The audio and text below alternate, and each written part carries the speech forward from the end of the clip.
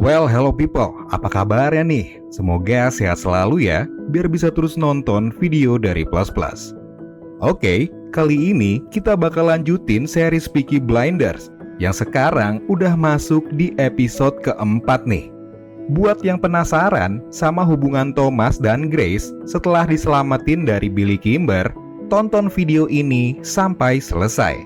Tapi sebelum mulai, jangan lupa matikan lampu, pasang headsetnya, and this is it, Peaky Blinders Season 1 Episode 4. No playing, happy YouTube and chill. He had some kind of seizure. Did they give you an address? Call the coroner. To hold through sickness My and God, in health, Tommy. until mingling of the two bloods.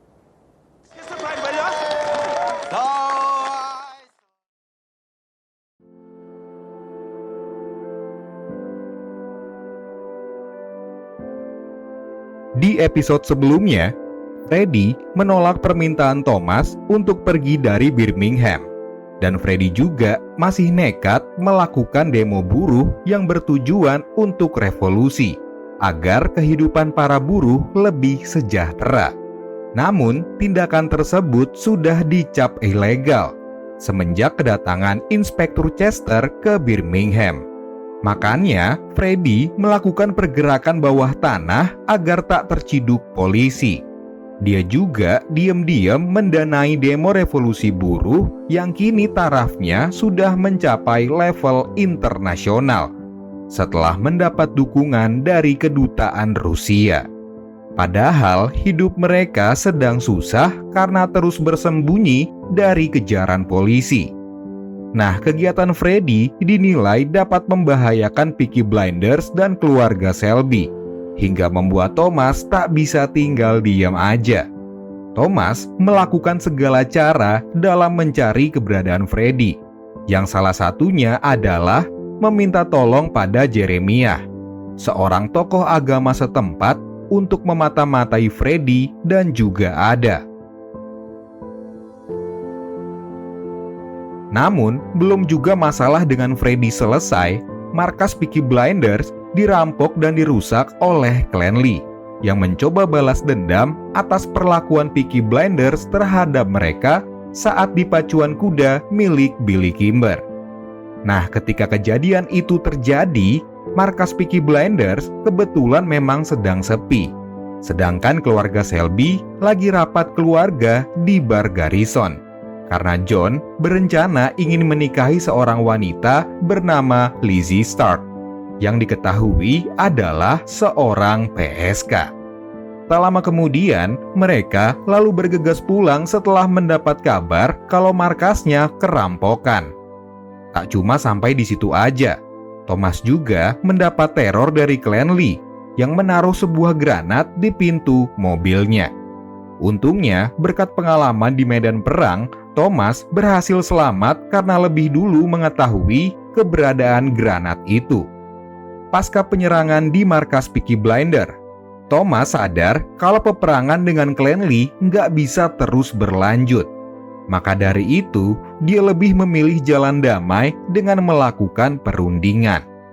Dibantu sahabatnya si Johnny, Thomas lalu mendatangi pemimpin Klan Lee yang ternyata masih ada ikatan saudara dengan ibu kandungnya.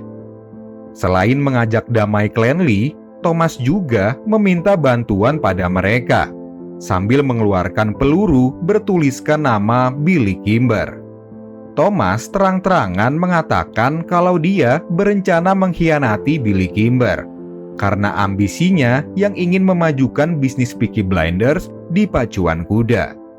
Di sini juga muncul sebuah fakta baru, kalau Billy Kimber ternyata bukanlah orang yang menguasai judai pacuan kuda, melainkan ada seseorang bernama Gaza yang sebenarnya menjalankan balapan itu. Thomas berencana melawan mereka. Makanya, selain mengumpulkan orang-orang pintar, dia juga butuh pasukan yang kuat. Kemudian, untuk lebih meyakinkan pemimpin Klan Lee, Thomas lalu mengatakan bahwa ini adalah pembicaraan kekeluargaan, bukan hanya sekedar kerjasama antar gangster aja. Di tempat persembunyiannya, Ada terlihat marah sama Freddy karena dia mengetahui kalau suaminya itu mendanai revolusi buruh yang akan dijalankan oleh orang Rusia bernama Stanley Chapman. Namun Freddy seakan tidak ingin terus disudutkan atas perbuatannya tersebut. Dia malah menyalahkan keluarga Selby yang terlalu ikut campur urusannya. Tapi Ada bilang masalah ini bukan soal keluarganya, melainkan tanggung jawab Freddy sebagai kepala keluarga yang harus menafkahi anak dan istrinya. Sebab Freddy malah memberikan uang untuk aksi yang membahayakan dirinya, sementara Ada hidup sengsara. Karena Freddy keras kepala, Ada lalu mengadu ke Polly.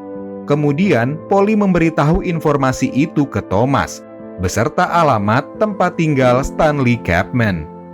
Thomas kemudian menyusun sebuah rencana dan menemui Inspektur Chester untuk memberitahu padanya tentang informasi tersebut. Thomas mengatakan kalau Stanley Chapman lebih berbahaya dan layak ditangkap daripada Freddy, sebab Stanley mendapat uang dari pemerintah Rusia untuk mendanai Partai Komunis dalam melakukan revolusi buruh. Setelah itu, karena sudah memberikan informasi tersebut, Thomas meminta kepolisian agar tidak menangkap Freddy dan juga Ada. Dengan skill hebatnya dalam negosiasi, sekali lagi Inspektur Chester pun menyetujuinya. Tapi di sini, Inspektur Chester nggak mau kalah. Dia mencoba mengancam balik si Thomas.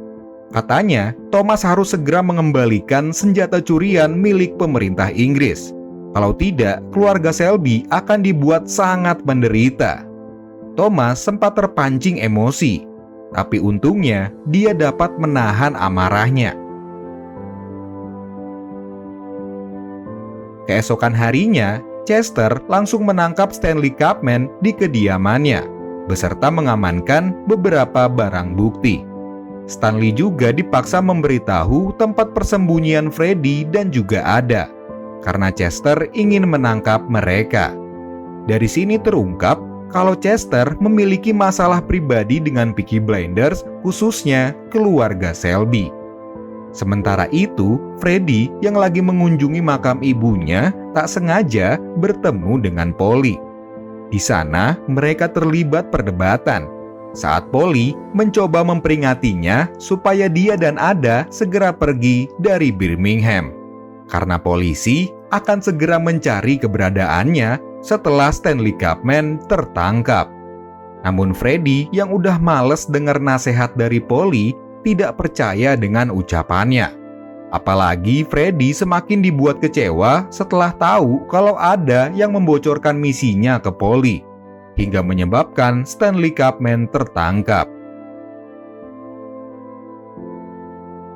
Di kantor polisi, Stanley Chapman yang udah diinterogasi selama berjam-jam menggunakan cara kekerasan, akhirnya tewas meregang nyawa. Anak buah Chester juga tidak menyangka kalau Chester sampai harus melakukan tindakan represif seperti di Belfast. He had some kind of seizure. Did they give you an address? Call the coroner. Sementara itu, Billy Kimber dan anak buahnya terlihat mendatangi markas Peaky Blinders. Ternyata hari itu, Billy berniat memberikan Peaky Blinders surat izin membuka usaha dari Dewan Pengawas. Jadi, untuk pertama kalinya, keluarga Selby resmi memiliki tempat balapan kuda secara legal. Hal tersebut langsung disambut riang gembira sama seluruh anggota Peaky Blinders. Sekarang kita diperlihatkan ke Grace yang lagi mengorek informasi dari Arthur mengenai tempat yang biasa digunakan Peaky Blinders dalam menyimpan barang curian. Tanpa adanya rasa curiga, Arthur lalu memberitahu tempat-tempat tersebut, yaitu sebuah gudang di dermaga dekat kapal minyak. Mereka juga menaruh barang terlarang di persimpangan jalan, agar tidak diperiksa polisi dan banyak jalan keluar untuk melarikan diri. Setelah berhasil mendapatkan info dari Arthur, Grace lalu melaporkannya kepada Inspektur Chester. Dan malam harinya, Chester beserta anak buahnya langsung menuju tempat sesuai arahan yang sudah Grace berikan. Dengan harapan mereka menemukan senjata curian yang disembunyikan oleh Thomas. Tapi sayangnya, setelah menggeledah beberapa gudang, mereka tak juga menemukan barang yang dicari.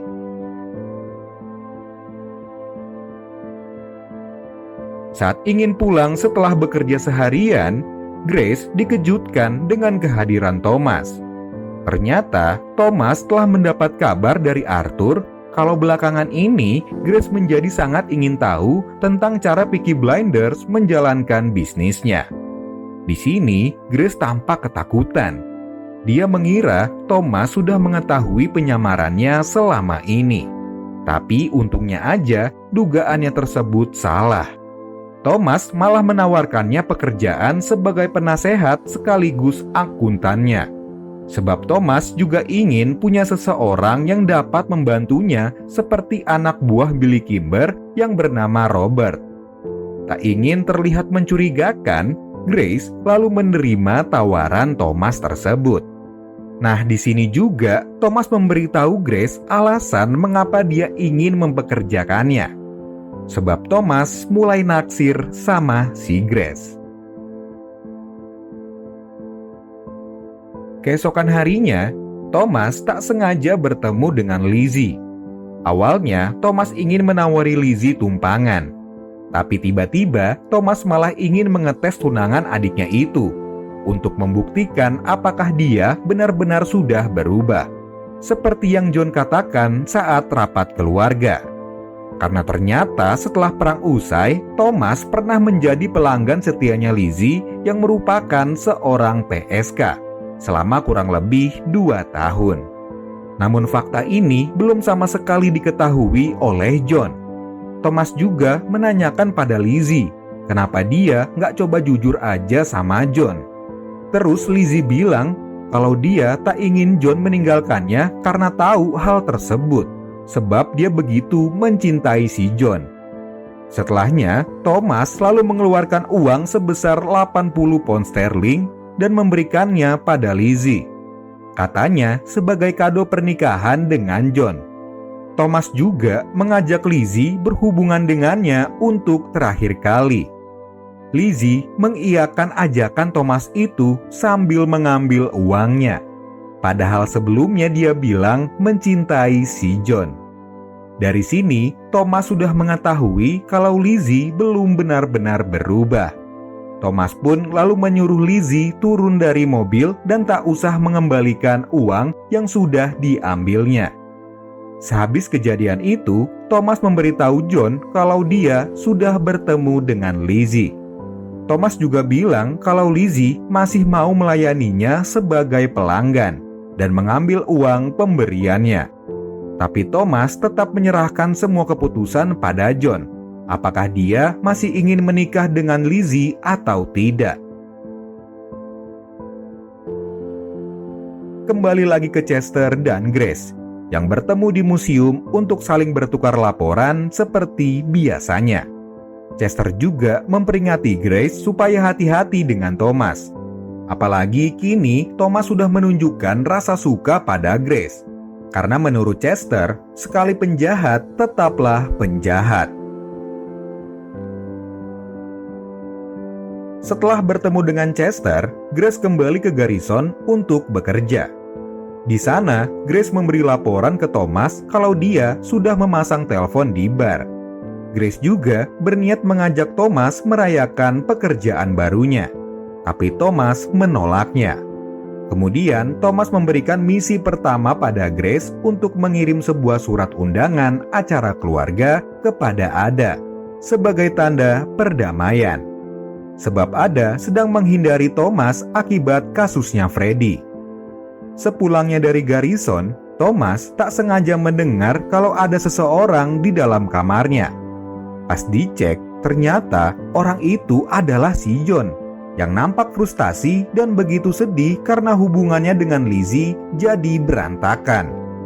Sebagai kakak yang baik, Thomas mencoba menghibur John dengan menirukan suara kakek mereka. Saat John sudah agak tenang, Thomas mengingatkan John supaya menyiapkan pakaian terbaiknya, karena besok mereka akan menuntaskan peperangan dengan klan Lee untuk selamanya. Besok paginya, semua anggota Peaky Blinders sudah berkumpul untuk bersiap berangkat ke tempat klan Lee.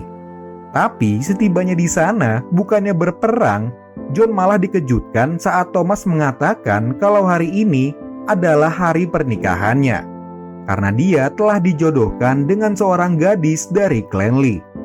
Mengetahui hal tersebut, John tentunya sangat marah dan ingin menolaknya.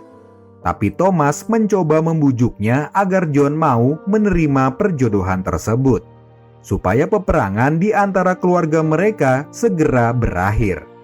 Akhirnya, dengan berat hati, John menyetujui permintaan kakaknya.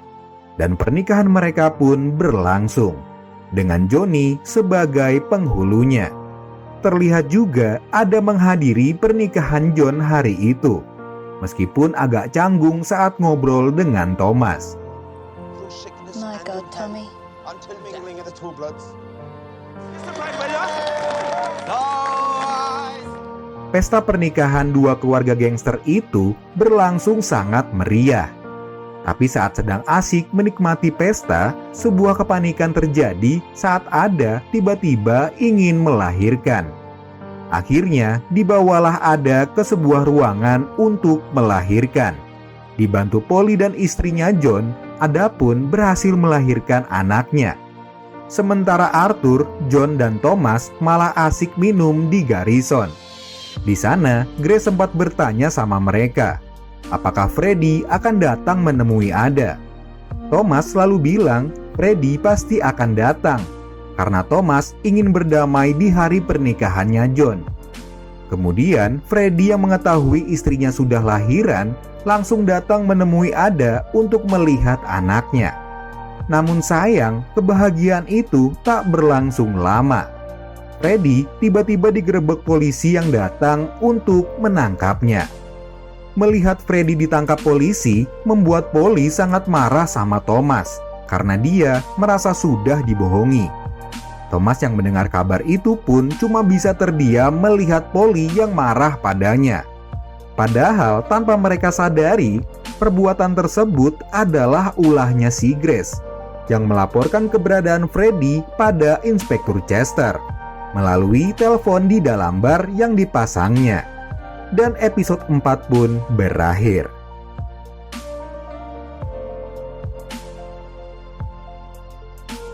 Ayo, yang masih penasaran sama ending di episode 4, kenapa bisa Freddy ketangkep? Ingat deh, pas Thomas bilang ke Grace kalau Freddy bakal datang ke tempat lahirannya Ada. Nah, di dalam bar garrison sekarang udah kepasang telepon. Makanya, Grace bisa cepat ngabarin Chester untuk nyuruh polisi nangkep si Freddy. Oke, mungkin sekian dulu video kita kali ini. Buat yang makin penasaran sama episode selanjutnya, jangan lupa nonton episode 5 ya. Hanya di Plus Plus. Happy and chill!